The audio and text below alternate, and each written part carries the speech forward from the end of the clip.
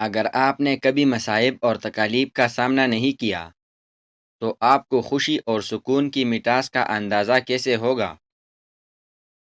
انسان بنیادی طور پر اپنے خیالات کا نتیجہ ہوتا ہے، باقی تو محض گوشت اور ہڈیاں ہی ہے۔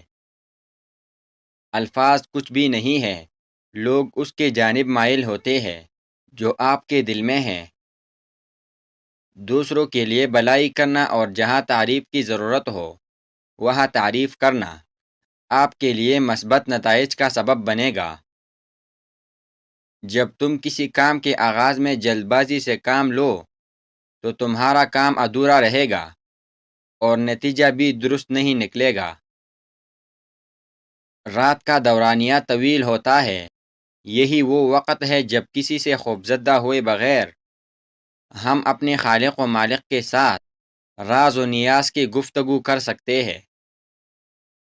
اگر التجا کرنی ہے تو اللہ تعالیٰ کے آگے کرو، یقین رکھو کہ تمہاری گزارشات کو رد نہیں کیا جائے گا۔ ہمارے خالق کی سخاوت اور رحمدلی کی کوئی حد نہیں، لیکن اس کا تجربہ کرنے کے لیے ہمیں اللہ تعالیٰ کی ذات پر دل و جان سے یقین کرنا ہوگا۔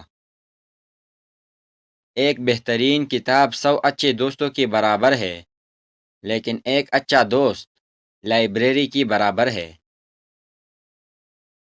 محبت سب سے کرو لیکن اس سے اور بھی زیادہ کرو جس کے دل میں تمہارے لیے تم سے بھی زیادہ محبت ہو۔ کسی کو ہرانا بہت آسان ہے لیکن کسی کا دل جیتنا بہت مشکل۔